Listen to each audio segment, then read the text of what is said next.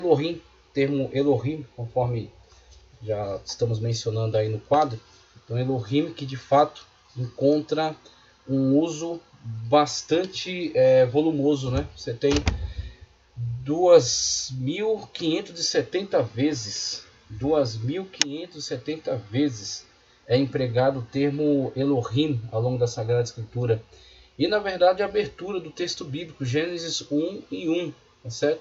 Bereshit bara Elohim. Então você tem, no princípio criou, aí seria deuses, por causa do plural, da terminação M, que para o hebraico, né, denota o plural. Mas bara está em singular, criou deuses. E aí você tem um grande mistério que pode ser desenvolvido.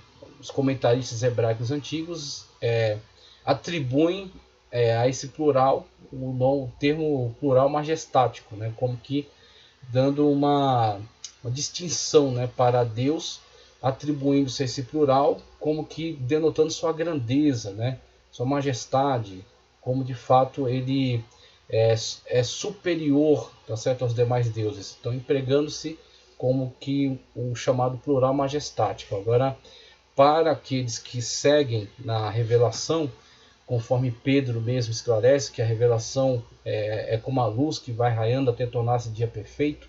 Então você tem a progressividade da revelação com a manifestação de Cristo, tá certo?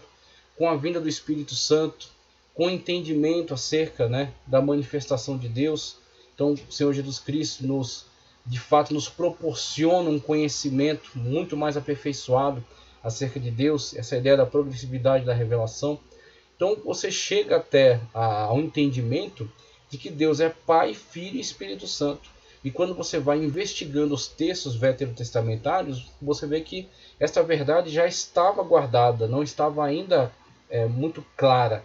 Ainda precisava de mais revelações para que ela pudesse então se mostrar totalmente compreensível, mas já estava presente.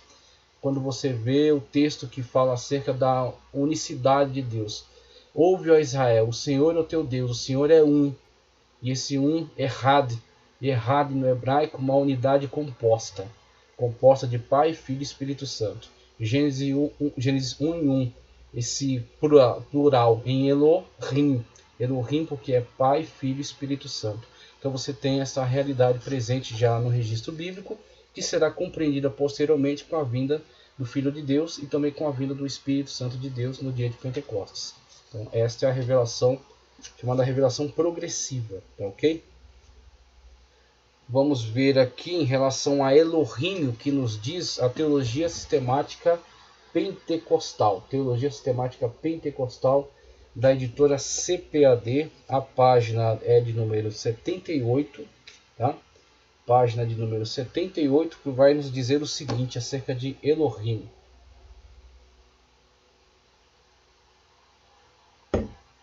Vamos ver.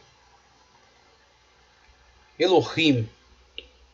A transcrição do termo hebraico é Elohim e Eloá. O nome Elohim não aparece em nenhuma outra língua. Isso é extraordinário, né? Isso é excelente. O termo Elohim não aparece em nenhuma outra língua, exceto na língua hebraica. Você vê a exclusividade.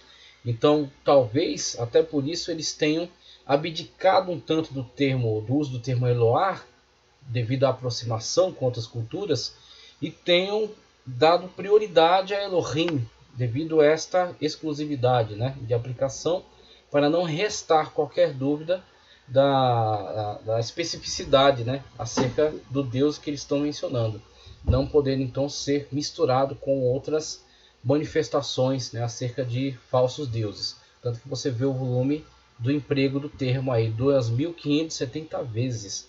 2.570 vezes o emprego do termo Elohim. Exceto na língua hebraica, né, onde ele figura, onde aparece. Além disso, não se encontra em outras literaturas antigas extra-bíblicas, como a gente viu no caso de El, que é presente aí em várias culturas, no caso de Eloá, que vem do Elá, que está presente no aramaico, Elohim apenas no hebraico, a revelação específica de Deus, tá certo? E a revelação acerca da trindade, ou melhor, dizendo, né, como até gosta de dizer o pastor César Cavalcante, triunidade, tá certo? A triunidade divina. Nem mesmo no Talmud dos judeus, nem mesmo no Talmud esse termo figura. Isto é posteriormente apoiado pelo fato de que a forma Elohim ocorre apenas no hebraico e em nenhuma outra língua semítica, nem mesmo no aramaico bíblico. O nome Elohim é o plural de Eloá, então estão como que relacionados, né? Eloá, essa tradição mais antiga, e Elohim sendo o seu plural de Eloá. No singular aparece 57 vezes, como já mencionamos, no Antigo Testamento hebraico, sendo 41 só em Jó. No plural encontramos 2.570 vezes, Elohim, 2.570 vezes. Eloá é o nome El, acrescido da letra hebraica Re. Esse substantivo vem do verbo hebraico Alá, tá certo? Tem nada a ver com o Alá da tradição árabe, tá? É um verbo do hebraico, Alá. E significa ser adorado, né? É um verbo, né? Ação. Significa ser adorado, ser excelente, ser temido, ser reverenciado. Então, o El mais Re, então a junção Eloá, tá ok? E tem uma origem aí no verbo Alá, que é ser adorado, ser excelente, ser temido, ser reverenciado. O substantivo, como nome, revela a plenitude das excelências divinas daquele que é supremo. Deus é apresentado pela primeira vez na Bíblia com esse nome. No princípio criou Deus os céus e a terra. Gênesis 1:1 é usado para expressar o conceito universal da deidade, conceito universal. Aí você tem quando a Bíblia Sagrada emprega, tá certo, um termo para falar dessa abordagem universal de Deus, Deus se relacionando não só com Israel especificamente, mas com os povos de modo geral. Na criação, criou, né, esse ambiente no qual se desenvolverá a raça humana, é uma aplicação de Deus para toda a humanidade, mas sem qualquer chance de misturar esta fala, né, esta aplicação com falsos deuses autodenominados. Ele emprega um termo exclusivo, um termo específico. É um relacionamento de Deus de forma geral, Deus criando algo para todos os povos, mas é o verdadeiro Deus, é Elohim, tá certo? Não é quaisquer outros deuses que são afirmados pelos povos, é o verdadeiro Deus, é o Elohim. E aí quando vai falar do relacionamento específico de Deus com Israel, geralmente emprega-se o YHWH, o Yud-He-Vav-He, ou Yahvé, tá ok? Então você tem essa situação também. Inclusive quando há, tá certo, para Moisés a revelação desse nome de Deus, Deus mesmo diz que eu não me manifestei com esse nome para os patriarcas, eu manifestei para eles como El Shaddai. E aí para Moisés ele traz então essa autodesignação, eu sou, tá certo? Eu ser, o ser por excelência, tá certo? Aquele que é o único ser necessário, sendo todos os demais contingentes. Todo o universo é contingente, Deus é o único necessário. Nós temos então o Yud-He-Vav-He, o Yahvé, tá ok? Que é a revelação de Deus de si mesmo para Moisés. E essa aplicação de Deus em relação na tratativa dele de forma universal, Elohim. Criou no singular, assim. Vamos lá. Gênesis 1:1 é usado para expressar o conceito universal da deidade. Essa passagem apresenta os primeiros vislumbres da Trindade, pois o verbo bará, criou, conforme eu já esclareci, no singular, e o sujeito Elohim, Deus, no plural, revela a unidade de Deus na Trindade. A unidade de Deus na Trindade. A Trindade ou triunidade é vista no nome Elohim à luz do contexto bíblico. A declaração façamos o homem revela a existência de mais de uma pessoa na divindade, e não mais de um Deus, mas de uma pessoa na divindade. Somente o Deus Filho e o Deus Espírito Santo tiveram participação na criação juntamente com o Deus Pai. João 1:3, Colossenses 1:16, Jó 33:4. Os rabinos reconheceram a pluralidade desse nome, porém, como no judaísmo é uma religião que define o monoteísmo absoluto, não admite Jesus Cristo como o Messias de Israel, é difícil para eles entenderem essa pluralidade. Para explicá-la, eles argumentam que Elohim é um plural de majestade ou de excelência, mas isso é uma determinação rabínica posterior. Segundo o rabino Shlomo ibn Yitzhak, talvez seja assim que leia, né? O plural de majestade não significa haver mais de uma pessoa na divindade. Genesius afirma que esse nome divino denota plural, expressando uma ideia abstrata de intensidade, abstrata de intensidade.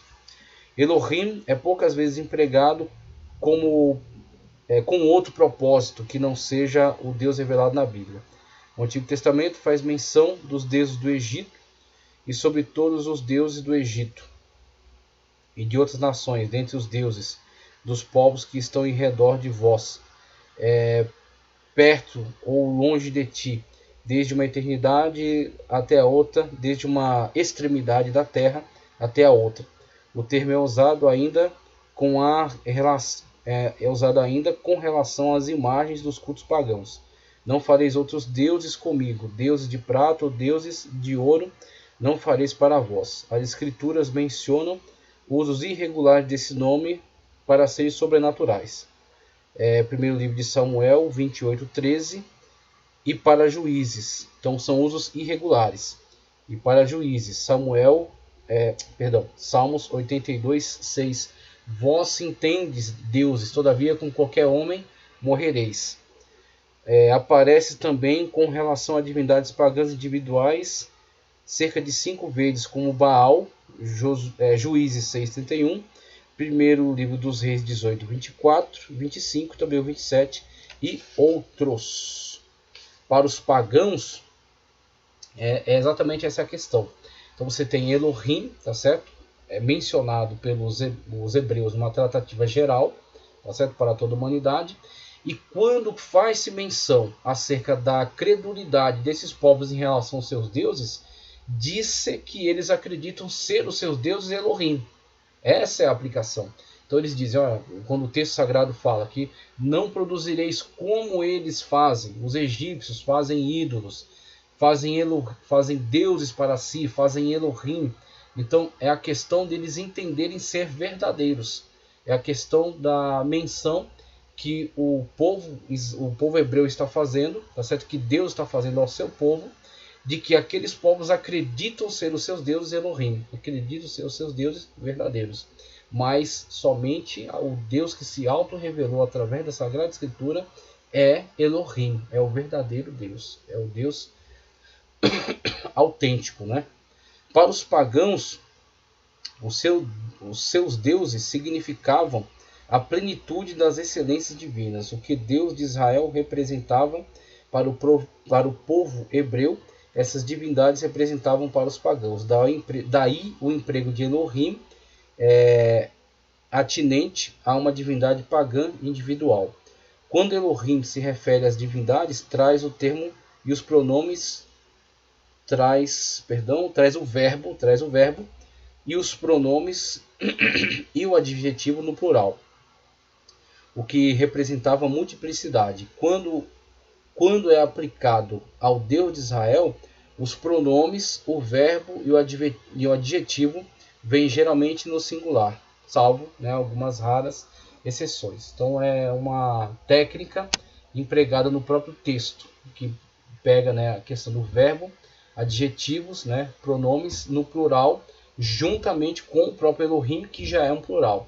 Então você tem, a partir dessa técnica, um entendimento de que está se falando da credulidade desses povos em relação aos seus deuses, que entendem ser os seus deuses, esses seres excelentes, esses seres excelsos, dignos de adoração. Então é a representatividade da credulidade desses povos em relação aos seus deuses. Eles entendem ser seus deuses Elohim. O egípcio entende que Ra é Elohim. O cananeu entende que Baal é Elohim. O babilônico entende que Marduk é Elohim. Tá certo? Então você tem esses deuses sendo entendidos nas suas culturas como deuses verdadeiros. Então é nesse sentido. Agora, quando se faz menção de Elohim como o verdadeiro Deus de fato, então você tem somente o próprio termo Elohim no singular, os demais no plural, os demais figuram no singular. Os demais figuram no singular. O verbo, pronome, adjetivos, tá certo? Eles figuram no singular. Somente o próprio substantivo, Elohim, no plural.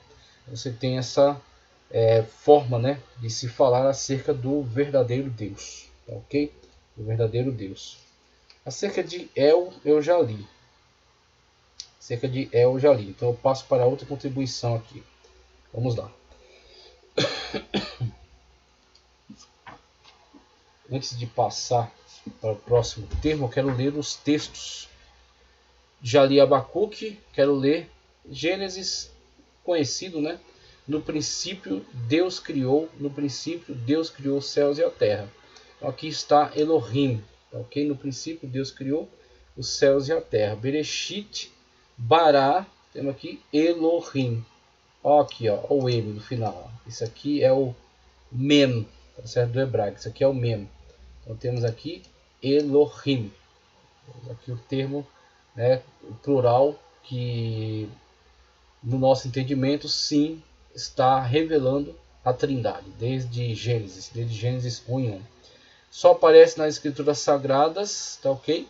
Verbos, pronomes e adjetivos singulares quando Deus. Quando fala acerca do verdadeiro Deus, é verbo, pronome e adjetivo singular. Plurais quando falsos deuses. Então é uma técnica interessante já para colocar no próprio texto uma designação para quando estiver falando acerca da credulidade desses povos nos seus deuses, atribuindo a eles como se fossem Elohim. Então você terá tudo no plural. E quando está falando acerca do verdadeiro Deus das Sagradas Escrituras, você tem apenas o substantivo no plural. São pronomes, verbos e adjetivos no singular. Interessante, né? Passamos adiante. Vamos lá. Esse quadro aqui é simples. É só para mencionar que tanto El, tá certo? Que é o termo mais antigo, né? Elion. Aí você já tem um emprego mais específico para o verdadeiro Deus, que El figura também nessas demais culturas. El é semelhante ao que o emprego que fazemos do termo Deus, que é um termo genérico, né? Distinguindo através de um D maiúsculo para o Deus verdadeiro, colocando atribuição a falsos deuses como Deus em minúsculo, D em minúsculo, tudo em minúsculo na verdade, né? Então esse El, presente nas diferentes culturas, ugarítica, fenícia, acádica, ele estará presente no texto sagrado com um acréscimo, distinguindo então do El que é aplicado aos outros povos. Okay? Então você tem Elion, certo? Altíssimo, El Shaddai, Deus Todo-Poderoso, El Todo-Poderoso, né? El Shaddai, ok? Eloá, singular, e Elohim, tá certo? Eloá e Elohim, tá certo? O Elohim, inclusive, exclusivamente no texto hebraico, né? O Eloá, como foi visto, né? Semelhante até o Elá do aramaico, mas o Elohim apenas no texto hebraico, sendo usado com verbos, pronomes e adjetivos no singular para o verdadeiro Deus, no plural para falsos deuses. E todos eles serão traduzidos na Septuaginta, na tradução dos 70, né? A Septuaginta, 139 a.C., uma coisa assim, para Theos. Então, o termo Theos da Septuaginta pode estar ocultando, tá certo, dentro dele tanto Elohim quanto Elohá ou El, tá certo? Elion, El Shaddai. Você terá a tradução para Theos. Agora passamos adiante. Acerca de Yud-He, Vav-He. Yud-He, Vav-He. Quero trazer o texto que está aqui, também na Teologia Sistemática Pentecostal. Teologia Sistemática Pentecostal nos fala acerca do tetragrama.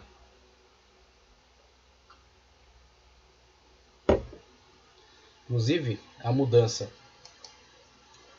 Cadê? Geral, tá? Termos gerais acerca de Deus, para termos, vamos lá, específico. Termo geral para termo específico. Então ali estava tratando de Deus de forma geral.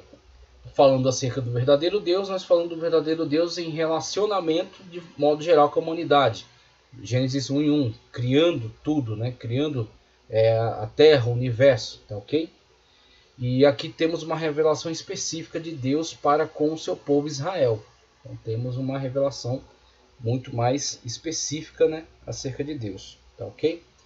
Então vamos ver, deixa eu só localizar aqui o estudo, né, o estudo acerca desta revelação, acerca do termo, né, o termo Yahvé, está aqui, vamos lá. Tetragrama, Yud-Re, Vav-Re, ou YHWH. O tetragrama hebraico grafado geralmente como Yahvé, tá certo? É o nome pessoal do Deus de Israel. É o nome pessoal do Deus de Israel. Nome autorrevelado, nome que Deus mesmo revelou, tá certo, a Moisés. Que em nossas versões aparece como Jeová. Aí Jeová, já tem até um estudo ali já preparado, ele é posterior, tá certo? Ele é uma construção posterior. Jeová. Tá aqui. Yahvé, né, ou Javé, ou Senhor.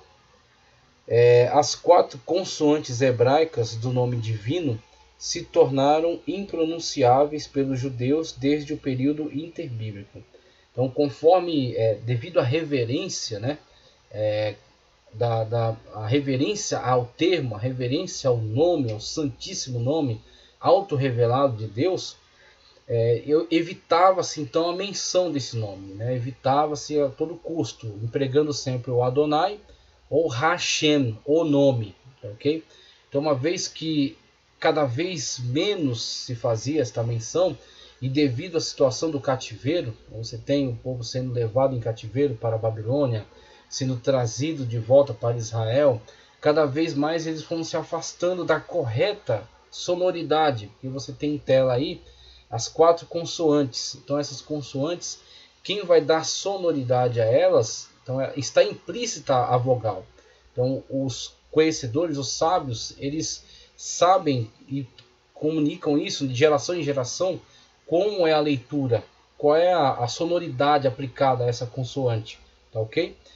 Futuramente isso será sanado com a contribuição dos chamados maçoretas. Então os maçoretas, percebendo cada vez mais o risco, né, desse afastamento da tradição, devido a esse risco, né, devido às perseguições, depois você terá a diáspora, né, no ano 70 depois de Cristo, o Jerusalém será invadida, né, por Tito, depois de 134, se eu não me engano, depois de Cristo, haverá a revolta de Bar Koba, e aí a dispersão total dos judeus. Então cada vez mais o povo está em peregrinação, né, o povo está disperso pela terra, e isso vai fazendo com que muitas dessas comunidades judaicas se afastem cada vez mais das antigas tradições. E assim, os maçoretas, por volta do ano 1000 da era cristã, eles vão sanar esse risco, né, esse problema, com o acréscimo dos chamados sinais diacríticos, que está aqui. Ó. Aqui você tem 2 pontos embaixo, traço e ponto, aqui um ponto, aqui traço e ponto, 2 pontos, 3 pontos, traço só. Isso aqui funcionam como vogais, tá? Funcionam como vogais, mas são chamados sinais diacríticos. Um ponto aqui dentro da letra, isso aqui já é uma consoante para eles, ó, esse de cima. O de baixo é uma vogal, o de cima é uma consoante. E essa consoante de cima é o Yud, tá? Então funciona para eles com uma consoante. Então, com o emprego, né, desses chamados sinais diacríticos, você tem uma facilitação do entendimento do que é a sonoridade dessa consoante, tá certo? Qual é a vogal empregada ali para a leitura. Então isso será feito posteriormente para sanar esse risco, né, cada vez maior da perda do idioma hebraico. Então isso será uma solução adotada pela família dos maçoretas. Mas já houve essa situação em relação ao Yahvé, tá certo? Ao Yud-Re, Vav-Re. Qual é a correta leitura? Então, devido a essa situação, muitas das vezes optava-se por não pronunciar, para que não se pronunciasse incorretamente, e também devido à sagracidade atribuída a esse nome, então evita-se pronunciá-lo.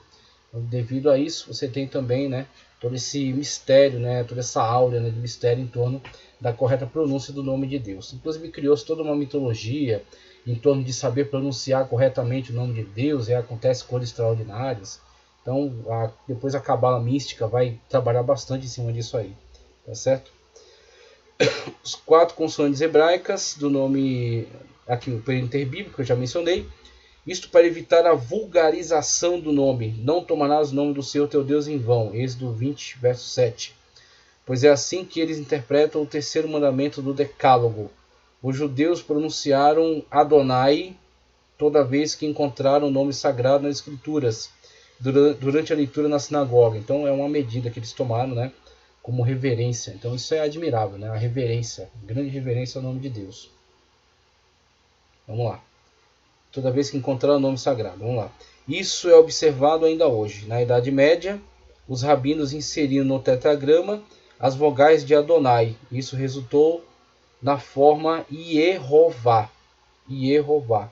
Só a partir de 1520, depois de tomarem conhecimento desse fato, os reformadores difundiram o nome Jeová. Então, por volta de 1520, os reformadores, né, passaram a adotar também o nome Jeová, tá ok? Devido a entenderem ser uma boa ideia, né, o emprego desse nome, dessa construção, esse construto aqui, representando então o verdadeiro nome de Deus, tá ok? Então, no próximo quadro a gente já ia mostrar, ó, YHWH, as traduções, né?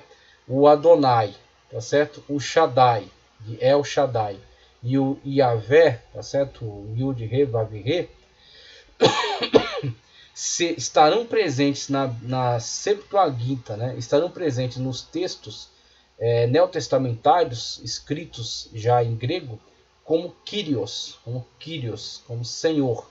E no caso de Yud He Vav He, o Senhor estará totalmente em caixa alta, tá? Estará todas as letras em caixa alta, né? Todas as letras em caixa alta. Sendo que Senhor, traduzindo El Shaddai ou Adonai, somente a primeira é maiúscula. No caso de Yud He Vav He, todas maiúsculas. No caso das outras, somente a primeira em maiúscula. E a situação, né, que foi desenvolvida aí pelos rabinos durante a Idade Média, e pegar essas consoantes, tá? Pegar as vogais, tá certo? De Adonai, e fazer aqui essa junção, tá certo? Adonai, né? Yud He Vav He. E você pega aqui, esse Ai veio como E, tá ok? Aí temos O e temos A. Então, você tem o termo para nós invertido, né? Para nós invertido. Para eles é a forma correta. E para nós é invertido. E aí temos aí Yehová. Yehová. E aí por volta de 1500, os reformadores entenderam que foi um bom uso aplicado pelos rabinos. E então começaram a fazer uso do termo Jeová, empregar o termo Jeová. É aí onde o termo vai se popularizar, tá ok? Somente mais algumas leituras em relação ao tetragrama. Yahvé vem do verbo hebraico hayá. Isso aqui é muito interessante, veja só. Yahvé vem do verbo hebraico hayá, que significa ser, estar, existir. Ser, estar, existir. Verbo hayá. Tornar-se, acontecer. Esse verbo aparece ligado a esse nome em Êxodo 3,14. Eu sou o que sou. Eu sou o que sou. Tá certo? Ser, estar, existir, acontecer. Na poesia hebraica usa-se com frequência a forma traduzida Yah. A forma reduzida Yah. Reduzida de onde? De Hayá. Então, a forma Yah é reduzida de Hayá, tá certo? Que é ser, estar, existir, tornar-se e acontecer. Ou Já. Então, Yah, que é a redução de Hayá, é traduzido para Já. Aí onde entra Deus de Já. Deus de Já. O pessoal coloca Deus de Já como se Deus estivesse com pressa, né? Então, Deus de Já, o Deus de Já vai operar na sua vida, sua bênção é para já, sua bênção é para agora, porque Deus é Deus de Já. Calma aí, meu irmão. Deus de Já, esse Já não está ligado a tempo, a cronologia, tá? Esse Já está ligado ao próprio nome de Deus, é uma tradução de Yah. Yah é uma contrição de Hayá, e Hayá é existir. ser, tornar-se, tá ok? É o Deus que é o Deus que existe, tá certo? É o Deus presente, é o Deus autoexistente. Nesse sentido, já, Deus de já, o Deus que é, o Deus que existe, tá certo? O Deus que está presente. É nesse sentido. Então, o pessoal faz uma leitura completamente maluca, né? É a exegética do crioulo doido, né? Então, só faz cada loucura com o texto. Deus de já. É o seu nome. Exultai diante dele, né? Salmo 68, 4, tradução brasileira. Talvez isso justifique a presença da letra A no nome Yahvé. Então, você tem a possibilidade, né, desse Yahvé, né, essa possibilidade dessa leitura. Então, a leitura seria Yahvé. A possibilidade está ligada ao Hayá ou Iá, tá certo? Ser, existir. Então temos aí uma possibilidade de leitura correta, tá certo? Para o YHWH. Seria então Iá, Yahvé. Vamos lá? No nome Yahvé. Pela gramática hebraica, o Y denota que sempre existiu. Maravilhoso. O significado desse verbo na passagem de Êxodo 3,14 é que Deus é o que tem existência própria. Aquilo que já falamos acerca do ser necessário e os seres contingentes. Deus é o único ser necessário, que tem existência própria, que é autoexistente, tá ok? Que é o ser por excelência. Tudo que podemos enumerar são coisas existentes que dependem do Deus que é, tá certo? Daquele que é o verdadeiro ser. Então, temos essa situação que deve estar sendo tipificada através dessa manifestação, né, do verdadeiro nome de Deus, né, conforme comunicado pelo próprio Deus a Moisés, comunicando então essa realidade, essa verdade, né? O significado do verbo, conforme colocado aqui, é o imutável, o que causa todas as coisas, o autoexistente, aquele que é, que era e que há de vir, o eterno. Gênesis 21, 33, Salmo 90, 1 e 2, Malaquias 3, 6, Apocalipse 1 e 8. Até hoje, os judeus religiosos preferem chamá-lo de o Eterno. Maravilhoso, né? É assim que a Bíblia, na linguagem de hoje, emprega esse nome no lugar de Yahvé, o Eterno. Interessante, eles empregaram então o termo Eterno conforme a tradição do judaísmo. Em Êxodo 3:13, Deus deu a Moisés o significado desse tetragrama. Em virtude de os judeus não pronunciarem o tetragrama, tá certo? Yud, Re, Vav, Re, a pronúncia original perdeu-se ao longo dos séculos, mas existe uma tradição de que os samaritanos pronunciavam o nome Yahre, como a letra B. Já no grego daqueles dias tinha o som de V, como ainda hoje na Grécia. Então Yahvé, parece ser a pronúncia mais apropriada. Clemente de Alexandria escreveu o tetragrama como Yahweh. Há, portanto, evidências históricas de que Yahvé ou Yahvé era a pronúncia primitiva. Êxodo 3,14 é a única fonte bíblica que parece lançar luz sobre a pronúncia correta de Yahvé, ou YHWH, né? Já o texto de Êxodo 6,3 mostra que os patriarcas do Gênesis conheciam esse nome, mas não sabiam a forma.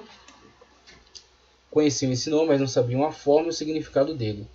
E eu aparecia a Abraão, a Isaac e a Jacó como o Deus Todo-Poderoso, El Shaddai.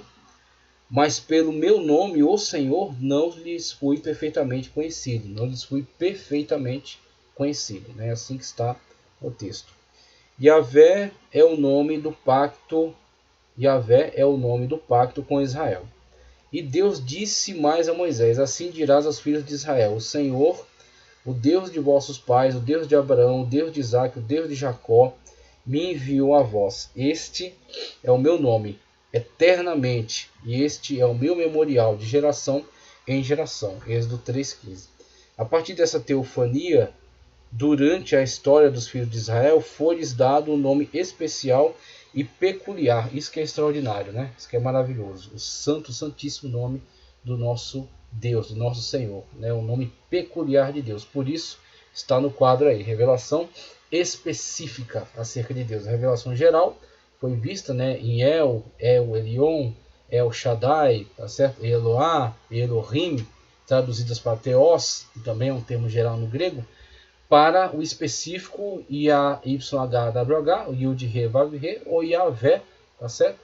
Conforme uma revelação específica de Deus dada a Moisés, para ser então comunicado ao povo de Israel, pacto do próprio Deus com o povo de Israel. O Novo Testamento grego substituiu as 4 consoantes YHWH por Kyrios, que quer dizer Senhor. Por essa razão, as nossas versões traduziram YHWH por Senhor. O texto da versão Almeida Revista Corrigida, edição de 95 da Sociedade Bíblica do Brasil, grafa o nome com todas as letras em maiúsculo, conforme já falei, né?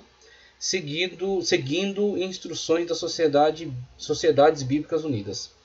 O Yahvé não aparece uma vez sequer no Novo Testamento grego. O YHWH não aparece uma vez sequer no Novo Testamento grego. Em seu lugar aparece o nome Senhor, Kyrios.